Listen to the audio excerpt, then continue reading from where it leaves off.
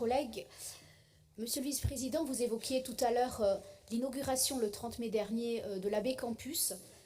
Et n'avez-vous pas été choqué par la délégation exclusivement masculine, les élus, les représentants du club, les riverains?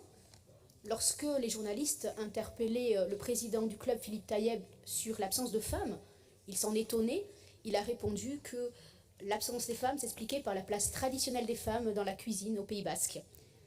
Suite aux réactions indignées, il s'est excusé le lendemain, c'est à mettre à son crédit.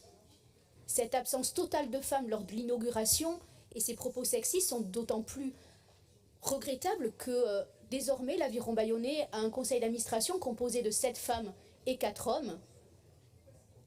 D'autant plus que nombre de femmes aiment suivre les exploits des Bleus et Blancs en top 14. Ce centre de formation, vous l'avez dit, a été financé par la région en partie et la région a également participé aux travaux du stade Jean Daugé. C'est un exemple parmi tant d'autres dans le milieu sportif, tant d'autres. Il y a aussi les propos racistes, homophobes dans les stades et ailleurs. Il y a les délits sexuels et les crimes également dans nombre de fédérations sportives. Tout ceci pour montrer que cet amendement, qui je l'espère intégrera le règlement intérieur, est plus que nécessaire actuellement, encore en 2023, pour mettre fin à de tels comportements. Le soutien financier de la région doit être conditionné à la formation et à la prévention vis-à-vis des VSS et contre toute forme de discrimination.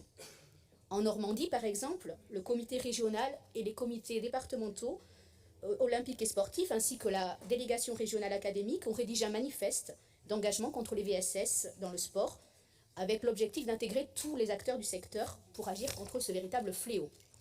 De nombreuses actions peuvent être mises en place, telles que le fait de désigner une personne dans le club chargée de ce type de sujet, d'afficher le 119 dans toutes les infrastructures sportives.